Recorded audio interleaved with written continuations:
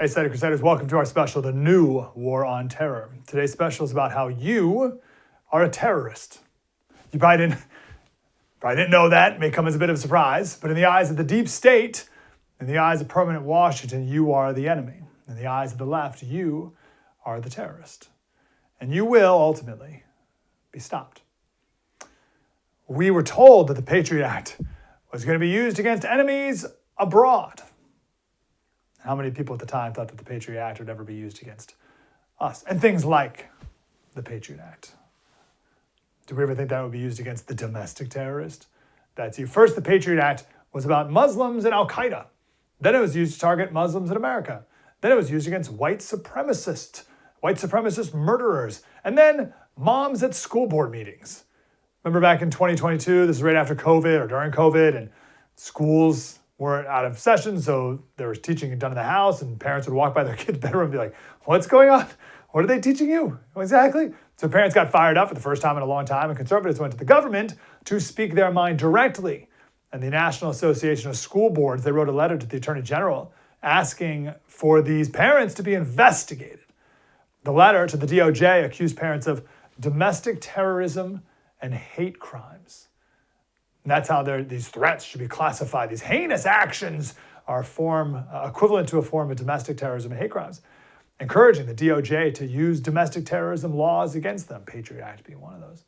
And Merrick Garland, he wrote back a letter. He said the department takes these indictments seriously, or incidents seriously, and is committed to using its authority and resources to discourage these threats, identify them when they occur, and prosecute them when appropriate. And conservatives, who said, whoa, domestic terrorists, what? You were called liars. This never happened. You were never called terrorists. But then we found out that the FBI Counterterrorism Division opened up dozens of investigations into parents, like a mom who told a school board member, we're coming for you, when she was clearly talking about the upcoming election. But this was a terrorist threat. Why? Because this woman was also a gun owner and the, quote, member of a right-wing moms group. Oh no, a right-wing moms group. This was one of the more recent, one of the first of the more recent tastes of, watch out, terrorist, we're coming for you. And then we had the crackdown with the FACE Act, the Freedom of Access to Clinic Entrances. It's about abortion. There's a couple different cases of pro-life people and pro-abortion people getting into an altercation outside of a local abortion center. And then the local police show up and they're like, all right, everyone go home. There's like some pushing or whatever. And the police say, all right, you go, everyone go home. And then months later, like no charges pressed, months later, the pro-life people get a knock on the door from the feds because you violated the FACE Act. So local police did nothing. Local law enforcement, nothing. Local DAs, no charges. The feds came down.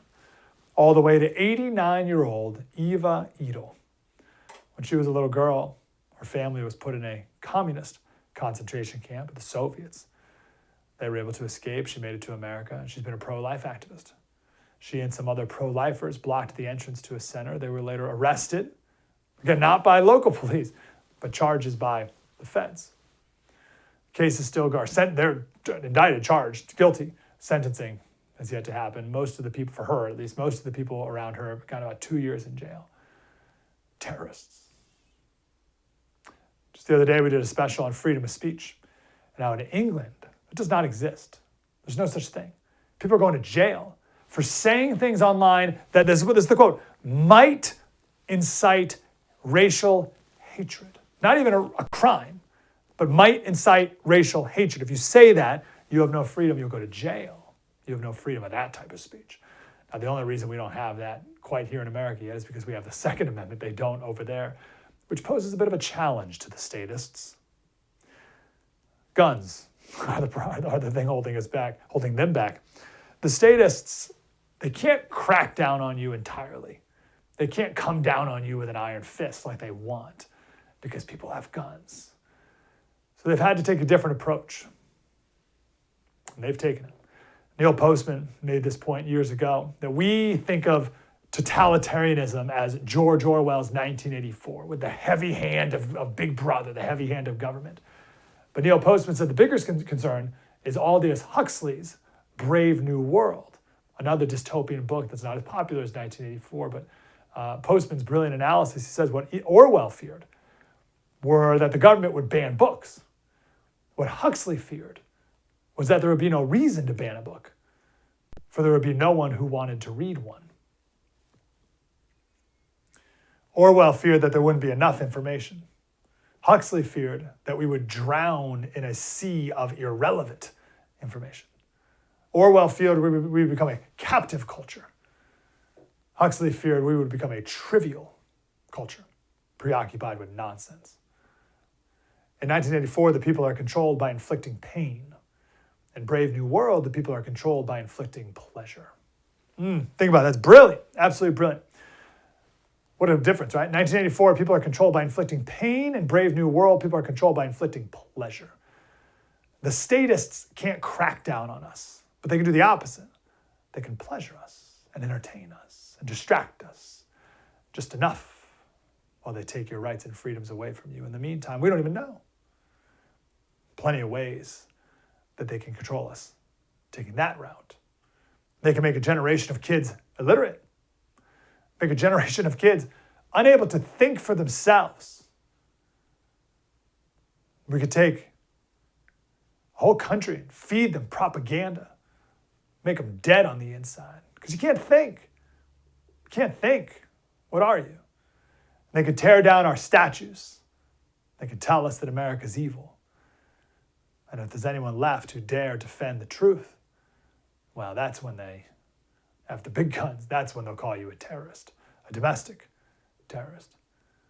Did you know those prison gangs from Venezuela that take over apartment buildings in Colorado? Well, they're just the undocumented.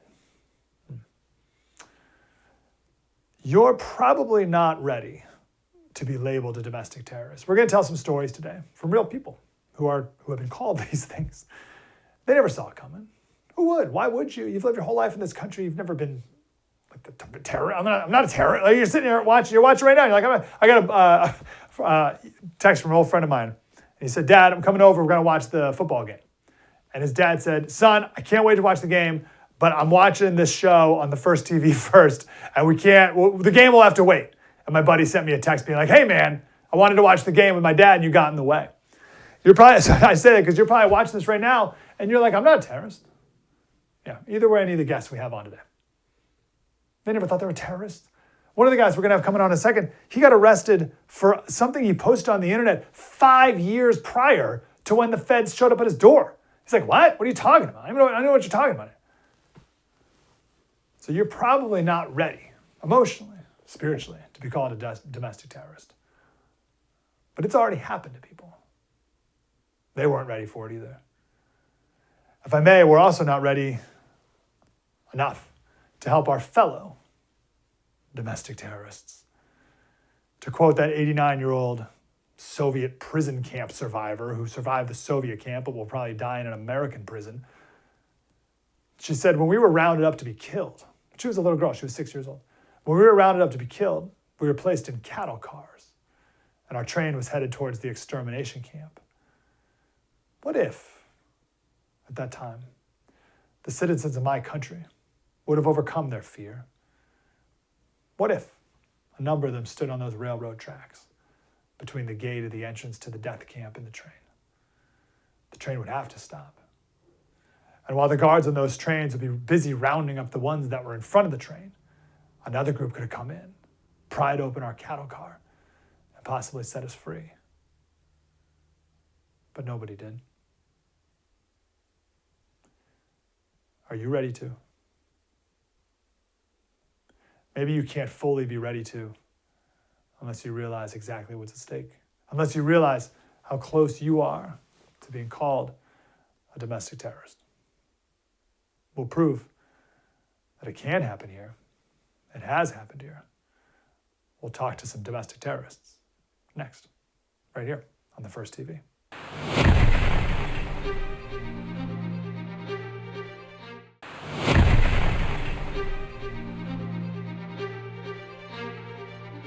Welcome back to our special, The New War on Terror. I want to go right to a man who I've spoken a lot about, but I've never yet spoken to. Douglass Mackey, arrested over a meme. So when you think it could never happen to me, it would never happen here, it happened to Douglas over one of the most ridiculous things you could possibly imagine. Facing 7 months in prison right now. Doug Mackey. The website, by the way, was it memedefensefund.com? Is that right, Doug? You got it. Yep. memedefensefund.com. Okay. All right, well, let's hear your story. What is this picture that you posted on Twitter many years ago? Yeah, thanks for having me. I posted a meme that was actually going around the internet. So it's not like I even created the meme, which a lot of people can't even believe. They assume I created this meme.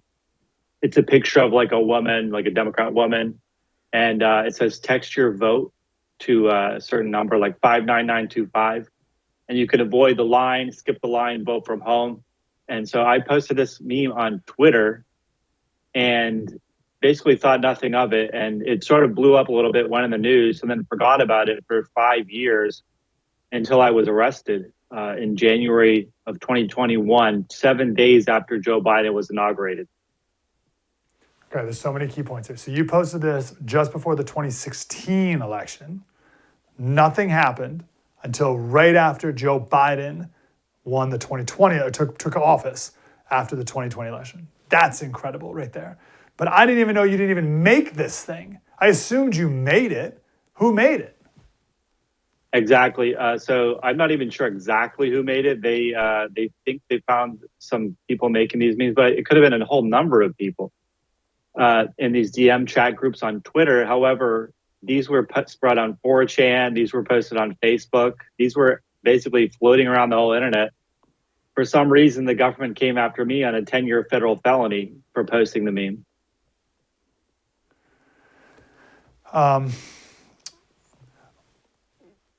When they knock on your door, who is they and what do they say? It was really wild. Yeah, there were 2 local FBI agents because I moved down to Florida some years ago. There were 2 New York FBI agents because that's who was investigating the case, because I used to live in New York. Whoa. And there were just some local cops as well. So there were at least 8 people, I think, at the door, which was unbelievable. So they knock on the door. Looking back at that, were you ever like, sorry, real quick, were you ever like, hold on, did you ever wonder if they were told why they're knocking, like why are they going after you? Because you would think if you'd be one of these police officers and you say, hey, so what did this guy do? They'd be like, well, that's the most ridiculous thing ever. Well, yeah, I mean, that's the sense that I got from the Florida FBI agents, because they're the ones that sort of handle the arrest since it's in their jurisdiction or whatever. And the first words out of my mouth were, for what? And they had no idea. And I said in the car ride over there, I said, what's going on? Because for whatever reason, I don't know, the Florida guys drove me to the courthouse, not the New York agents who were handling the case. And yeah, I said, for what? And they basically just said, he'll find out in the courthouse. I peek over at the sheet of paper. He's jotting things down. It says conspiracy against civil rights. I said, what in the world could this be? I had no idea it was because of some random meme from years ago. So you genuinely did not know what they were talking about when they said what you were charged with? Exactly. I didn't know the arraignment. And not until they gave me this 30-page criminal complaint after I was released from the courthouse, only then did I see what they were talking about. This is such an old joke, too, what you posted. Or it's like a new take on an old joke. It's always been a joke. I've heard a million people say, like election day on Tuesday, unless you're a Democrat, then it's on Wednesday. And I've heard it on the flip side, too. Actually, now that I'm saying this, I remember seeing a montage of Democrats saying it the other way, like different Democrat celebrities or whatever being like, hey, if you're a Republican, it's next Tuesday, stuff like that. It's an old joke. Oh yeah, everybody's saying this joke. Not only that, a woman named Christina Wong posted a video of basically the same exact thing. And when I was posting this, I figured this is obviously satire, parody. No harm, no foul. No one's going to be harmed by this meme because no one would be stupid enough to fall for it. So it was really just completely innocent. So, but genuine, in your heart of hearts, you had, when they said, hey, criminal conspiracy to whatever, you weren't like, oh man, that meme I posted 5 years ago, that's probably what this is about. You didn't think that? No, no, absolutely not. And the weird thing was, this was just like 3 weeks after the whole January 6th thing. And they were going around and arresting all these people, knocking down their doors. I was thinking, what in the world is this? Because, I wasn't in DC for January 6th. So I was like, what is going on? I had no idea what was going on. Actually, when I was reading the criminal complaint, I was so engrossed in it because I couldn't believe what was happening, that the warden, the U.S. Marshal, whatever, it's just like, I'm trying to take your leg irons off so you can go home. I was like, okay, all right. I was so engrossed in the complaint. I was just like, didn't even realize she was trying to take off my leg iron. At any point in this process so far, we'll just get to the end of the story. You've been sentenced to 7 years in jail, and you're fighting that, and a month, appeals 7 and all months. this other stuff. But that, thank God. I'm sorry, I said years. Excuse me. Well, who knows? One day. That's the point of the special. 7 months. 7 months. Thank you for correcting me. Apologies. Any time throughout this entire process so far, has there been a dose of sanity? Has there been anyone along the way, judge or whoever, that's been like, oh, this is ridiculous? And anyone in the system that has been sane? So the only time I can say is really when the jury actually took 3.5 days to deliberate on these charges. The jury deadlocked twice. And only after they were read an Allen charge, which is sort of the thing that happens in federal court, where the government, the judge kind of puts the squeeze on the jury, says to them, well, we spent a lot of time and effort and resources prosecuting this case and defending it. So could you please really try one more time really hard to find a verdict? So the jury actually probably was really skeptical of these charges. It was unfortunate that they did come back the way they did. And I have to say that the appeals court, when I was sentenced to 7 months in prison, I was supposed to report on January 18th of this year. And we went to the appeals court and said, we need to get a bond on this case for appeal because this is a closed case. And those judges, especially the sort of senior judge on the 3-judge panel, yeah, they were really wondering, they were skeptical about what was going on here, especially the venue that they chose to bring this in, the Eastern District of New York, which doesn't make any sense.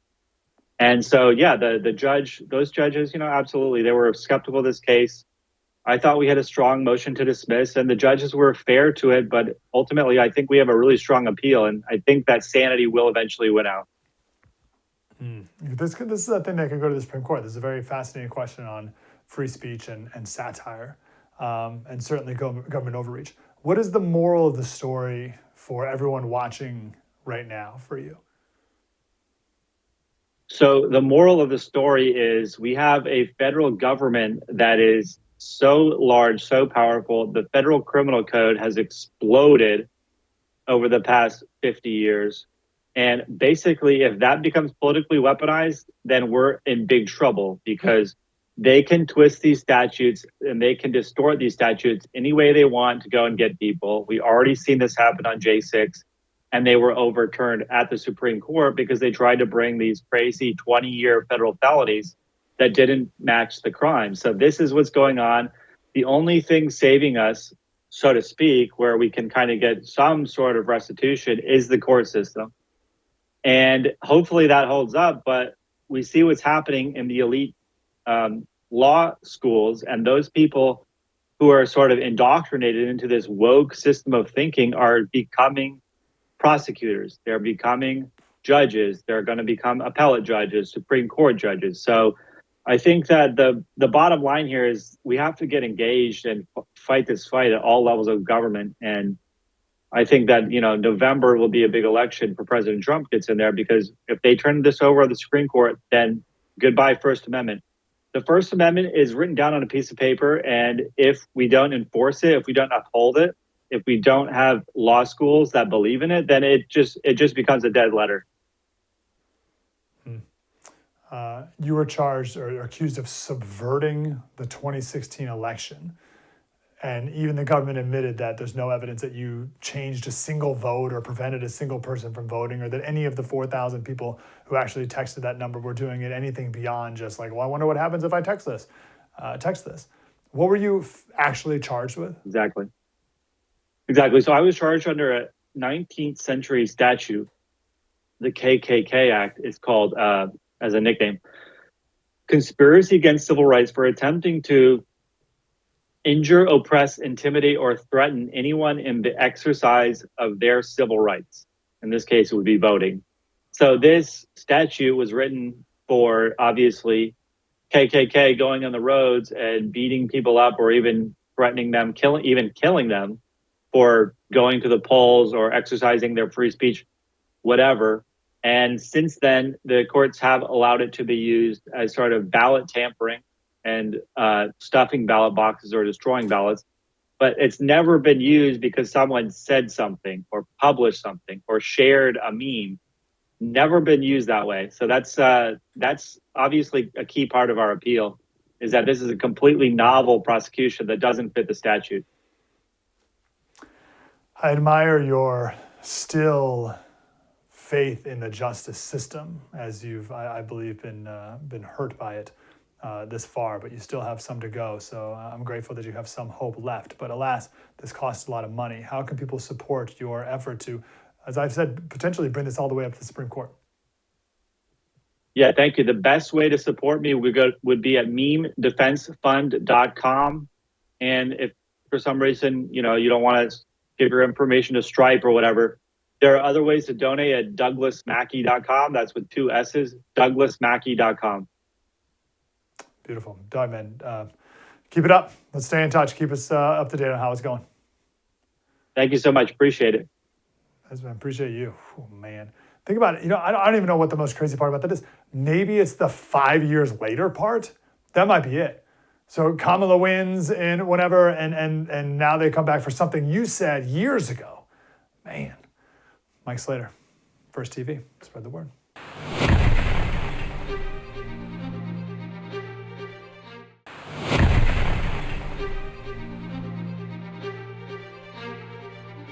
Donald Trump has openly vowed, if reelected, he'll be a dictator on day one.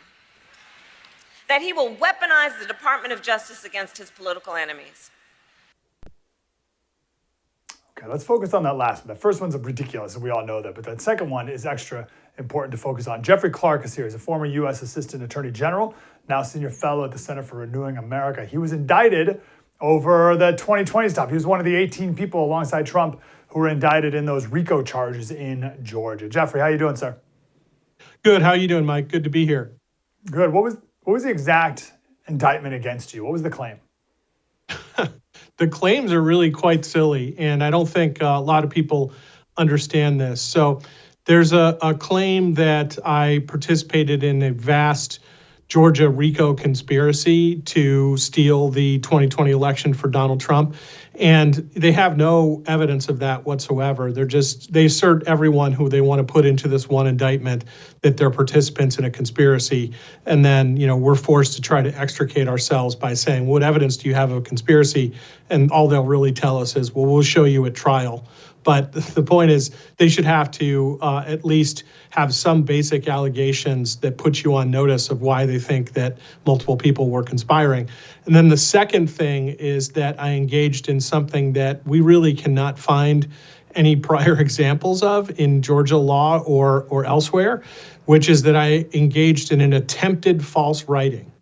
And that a letter that I worked on internal to the Justice Department that never should have been released to the public, and first was leaked by anonymous leakers to the New York Times in late January 2021, was executive privileged. It was law enforcement privileged. It was privileged 5 ways to Sunday. I won't give you the full litany.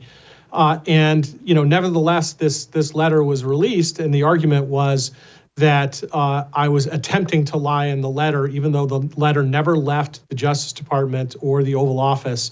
It was simply debated inside the halls of those 2 buildings, which it's the president's prerogative and the Justice Department's prerogative to advise the president to do. as we now know, especially from the July 1st Trump v. U.S. immunity decision, which has a discussion of the very activities I participated in and says that they are absolutely immune, and the president can talk to the Justice Department and ask them for advice about whom to investigate or prosecute as he sees fit. Guys, I want to focus on that second one for now. We'll go back to the first one. So the second one, so you're saying in this letter, you were advising the president on what exactly? So the letter, which, it's painful at some level to be discussing it because it never should have been released because it is executive privileged, but the Justice Department released it to the January 6th committee, and from there it's gone all over. It was a draft letter that would have gone from 3 officials at the Justice Department, myself being one of the 3, to the Speaker of the House in Georgia, the President of the Senate in Georgia, with a CC to Governor Kemp, indicating that because the Georgia legislature, through a Senate subcommittee in that state, had investigated the election and concluded that there was enough information there to want to conduct further investigations, and that there were significant election irregularities, at the very least, revealed as part of that. The letter, therefore, recommended that the Georgia legislature should, as a whole, convene more investigations of that election, and that it had the constitutional power under the U.S. Constitution to call itself into special session, even if Governor Kemp would not use his state law powers to call them into special session. That was all the letter said. It's quite modest. So what's in terms illegal of, about that? Exactly. There isn't anything illegal about that. But it's claimed that there were others at the Justice Department who disagreed with me, that they thought that they had investigated the 2020 election fully. And even though they admitted, actually, and they admitted on the stand in the my bar case, where I was tried from the end of March into the first week or so of April of this year, that they had not investigated really the investigations of Senator Ligon, who chaired the subcommittee that I mentioned in the Georgia Senate. So, it was clear that they didn't want to do any further investigations. They had concluded that the election should just go forward as state authorities had certified it, and then as ultimately Congress would certify it on the wee hours of January 7th. But my view was that it needed extra investigation, and I don't see why recommending that as a violation of the law at all. And again, the Supreme Court declared that advice and the draft letter that I put together to be something that was the president's absolutely immune for. Of course. On the first point, the RICO charges, how did you get wrapped up in a RICO charge? Well, I think the RICO process in Georgia, as wielded by District Attorney Fani Willis, is a kind of catch-all for her to create massive cases where what she says to the media in layman's terms, Mike, is she can tell the full story there, right? Which really means that she can, stitch together a bunch of people who may have, some generic connection, but in reality, especially, at common law, they would be entitled, or under U.S. constitutional law and due process, they'd be entitled to separate trials. She can try to fuse them all together into one gigantic trial where it would go on for months and months. And by the end, a lay jury is going to be so confused about what happened, as if they think someone did anything wrong somewhere, they'll just paint everyone with the same brush. So that's what she uses RICO for. And she's been using it as well. She used it first to go after some people in the Georgia public school system who were cheating on standardized exams in terms of how they were reporting scores. And now she's also using it against this rapper Young Thug in a trial that's also become a national spectacle because of all the due process violations there. He had the judge having ex parte, which means, contacts without the other side present, with the DA's lawyers, and they were scoping out how they would continue the case. I mean, it's a total nightmare. And Fani Willis thinks she can use Georgia RICO like this. We obviously disagree, and there are going to be a lot of big legal issues there coming down the line if she is not removed from the case. And that there's an appeal pending about that, Mike. How can they not tell you specifically, or each person, but you specifically, what you're being charged with exactly? Isn't that a constitutional right? It is. There's a doctrine called fair notice. You have to have fair notice of what the charges are against you. And then the Georgia law in this is also strong, right? An indictment that on its face doesn't tell you really what you did wrong is something that cannot stand. The Georgia term for this is you must get an indictment that is perfect in form. And we don't think we remotely got an indictment that's perfect in form. And look, it also came out, Mike, to go to your opening clip of Kamala Harris talking about weaponizing the Justice Department, in a turnabout trying to throw that onto Donald Trump as opposed to on Joe Biden and herself and Merrick Garland, is that Fani Willis was communicating with the White House counsel and communicating with the January 6th committee. And for that reason, we believe they must be coordinating with the U.S. Justice Department as well, but at least with the first two entities, the White House counsel's office federally and the January 6th committee. And we asked for the documents about that, and Fani Willis would not give us them. So we took her to court in front of Judge McAfee, who has the case before it was frozen for this appeal about her disqualification. And we said, look, the evidence here that you would try to use against me is privileged and confidential under a whole host of federal laws. And we think you were consulting with the White House counsel's office to try to get through that and get, the documents so you could introduce them. And they refused. And so we want to see this correspondence. And she would not give it to us. The judge did not give it to us. He placed the documents under seal. And he declared that they were not necessarily evidence of my innocence because the failure on the part of Fani Willis to be able to prove something is not equivalent to me not actually being guilty, which we also found to be a big head scratcher. So there are secret documents of coordination between the federal government in two branches and Fani Willis. That just can't come to public light, according to the judge, which we find remarkable. Wow. Okay, so we got about a minute. What is your moral of the story for everyone watching right now? We've had so many cases, we have more coming up, stories of these wild abuses of the justice system and twisting things that were never intended to be meant for this type of case and to try to get people. Someone's watching right now, what should they be concerned about? I think they should be concerned with the breakdown of the justice system and the creation, Mike, of a two-tiered system of justice. I mean, I think that I would not remotely be under all of these attacks, nor would President Trump, if we were Democrats, if we were liberals. It's the fact that we're strong populist conservatives that has subjected us to this. And so if you're someone who agrees with us out there, you're subject, just like the January 6th defendants, for instance, to being the targets of this weaponized justice system. We have to get back to a neutral application of the law.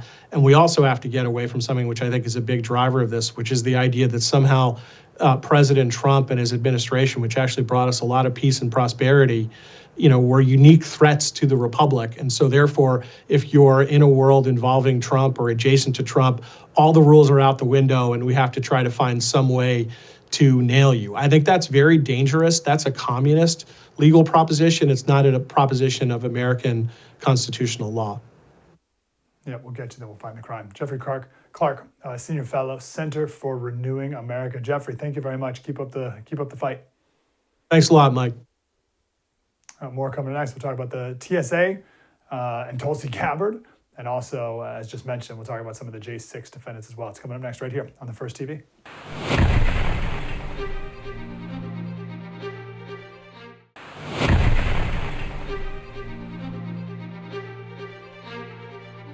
And yet, as we've seen time and time again, her and Joe Biden have taken actions both directly and indirectly to censor free speech. Most recently, I can point to my own experience of this, of how the Harris-Biden administration have added me to a secret domestic terror watch list the very day after Kamala Harris was endorsed by Joe Biden. And I was on TV and warning the American people about what I saw as the dangers of a Kamala Harris presidency, taking action that was clearly political retaliation. They've done this to a lot of different people, which points to how dangerous it is to have people in power so willing to abuse that power to go after political opponents. Okay, all right. That is Crazy. Let's go to Brianna Morello. That's who Tulsi was talking to on the Brianna Morello show. Brianna, how are you today? Good, Mike. Thank you for having me. I appreciate it. No, I'm grateful you're here. I like, as someone who is in this world, like you and I, we get it, we're connected, whatever. Even when I hear something like that from Tulsi Gabbard, I'm still like what? Like, how can that? I still find that hard to believe that that's real. What happened exactly? It's so absurd, but Tulsi Gabbard's one of the many Americans who have been added to this domestic terror watch list that TSA has been putting together for quite some time now. Ultimately, it's only meant for those who are suspicious of participating in terrorist activities. But of course, under the Biden regime, that means that Republicans, conservatives, anyone who goes against their narrative will probably end up on that list. I've spoken to other people who have landed on the list, people who have just showed up to a legal rally on January 6th. They were added. So Tulsi's not alone. She's with many other people who have been added to this list. But ultimately, what's going on right now is I was alerted about whistleblowers coming forward to report the fact that Tulsi was added to this list. They sent me proof by sending me profile images of her name and what her profile looked like. They even used her congressional photo. So I alerted Tulsi Gabbard's team specifically on all of these fronts, outlining that I found all of this and asked them for comment. And at the time, I was the one who broke it to them. They didn't know really what was going on until they had a moment to kind of reflect and to make some phone calls. And unfortunately, Tulsi's been added to this list. Now, what this means is that when she goes to the airport, she's going through additional security. Not only that, but when she goes on the plane, she's dealing with several federal agents. We believe 5 to 6 of them are following her, but she wouldn't know because they're in plain clothes. And ultimately, she would have really no idea that they're literally just there to watch her. Now, they're not there to protect her. They're there to watch her because she's under suspicion. Okay, so a lot of people like to sit there and dispute it. No, it's her that they say is a threat. And they don't have to validate any of this. Tulsi was added at the end of July, just a day after she made comments about Joe Biden and Kamala Harris. And then she was quickly added to this list. So it's deeply concerning. Now, she's going to take up legal action if she's not removed from the list, because she apparently is still on this list, and if she doesn't get all the documents pertaining to her being added to this list. But that's currently what I have going on too as well. I have several conservative journalists who are added to this list. I submitted FOIA requests. The TSA did not want to hand them over. And so now I'm suing TSA for that information. So this has been ongoing for a few years now. Just friendly reminder for everyone, Tulsi Gabbard was the vice chair of the Democratic Party not too long ago, in 2013 or 2016, I believe it was. That's not ancient history, although a lot has changed since then, but that is wild. Is there any way, just giving benefit of the doubt to the government, which I should never do, Brianna, but let's do it. It was an accident. Something, a box checked. Oops, somehow she got on this list. Sorry, we'll take you right off. Yeah, well, I did reach out to TSA for comment on this. TSA telling me that they can't discuss ongoing investigations. So they're well aware that she's added to this list. And they, according to my sources, have not taken her off that list as of yet. There's been 2 congressional investigations launched into my report. Both James Comer and Chairman Jim Jordan are now investigating all of this. So we'll see if that leads to anything substantial. But again, it shouldn't be happening in the first place. But members of Congress have allowed it to happen to average day Americans. Hundreds of them being tossed onto this list. And nobody wanted to talk about it. I've been reaching out for months, as well as Uncover DC's Wendy Mahoney as well. And nobody wanted to talk about it because, well, they didn't want to get wrapped up into it as well. And so, for a very long time, everyone's been very, very quiet on this front until it affected one of their own. And so now everyone's speaking up. Well, not everyone, but some people are speaking up, I should say. And we hope it leads to some results, but we really don't know. Amazing. Well done there. Let's bring it to January 6th. We actually haven't done enough talking of that yet on this show about being domestic terrorists. But what are some of the most egregious examples of going after January 6th people?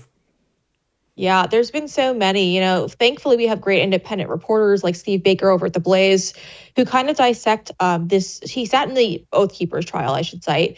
And while he was sitting there, he noticed something that sounded very strange. And so he's been doing research on this for months after the trial concluded.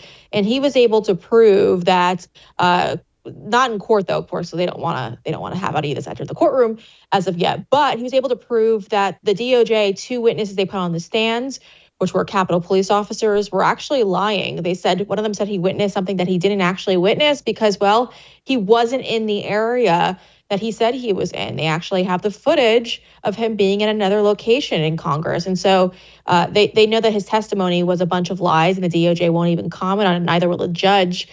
So Steve Baker went and aired it all out. And then immediately after, Steve Baker was told to turn himself in, because even though he was there that day reporting that day as an independent journalist, he went into the Capitol. And so they're saying that he entered into a restricted area. And so long story short, he is now being prosecuted. So I went to Dallas, Texas, where he was forced to turn himself into a federal court, sat there, watched him in shackles get dragged in front of a judge as if he was a violent criminal. It doesn't end there, though. You know, those who were victims of that lie that was told during their trial, there were several lies that were told, and the judge allowed it to take place. It was the Oath Keepers trial.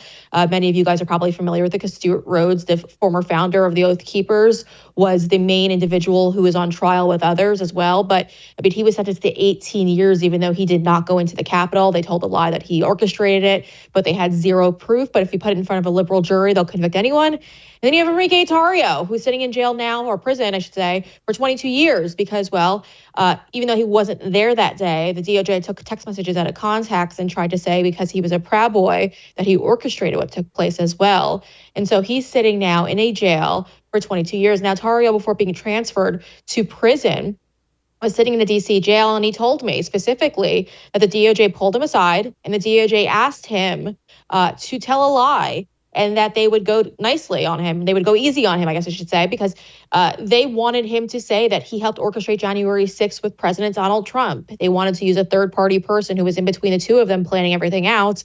And he claims that when he rejected that offer, he was then prosecuted, as you see now, and he's now in jail or prison for 22 years, and it's just heartbreaking. But they've put him in the mountains in Kentucky, and you can't really talk to him there. Wow. We've got about a minute. What is the moral of the story as you're covering all of this about just regular people and what we're at risk of having happened to us? Someone just watching this right now. Yeah, our federal government has gone completely rogue. The DOJ is corrupt and it's going after Americans, and they'll set anyone up at this point. They've planted evidence through intel sources on people's devices, having other people send them things, documents. Like Enrique Tarrio did receive something that was apparently sent by somebody who is affiliated with the intel communities. So they'll go after anyone. And that's what we all need to remember here. We need to remember that we have to support individuals who are being prosecuted, not just believe the DOJ when they file charges, but remember, people are innocent until proven guilty. And even in front of a liberal DC jury, we need to sit there and still hold out. Yeah. Brianna Morella Show. Brianna, great to talk to you. Keep up the wonderful work. Thank you. Thank you. Wish we had more time for a more dramatic conclusion on this. It's a lot to take in, a lot to think about. Know this: when the persecution comes in this country, as it has for many other people around the world in history, we need to just tell the truth. That's it. You can only tell the truth. It's all you have. Tell the truth, and whatever may fall from there, that's just the way it goes. But nothing could be more important than that. And we have to have such a grasp on life. Maybe we should do this on our podcast, Politics by Faith. But we have to have such a grasp on this life that we know that this isn't all there is, that there is eternity after this that matters. And telling the truth is all we're called to do right now. In the meantime, no matter what persecution may come. Mike Slater, The First TV. Spread the word.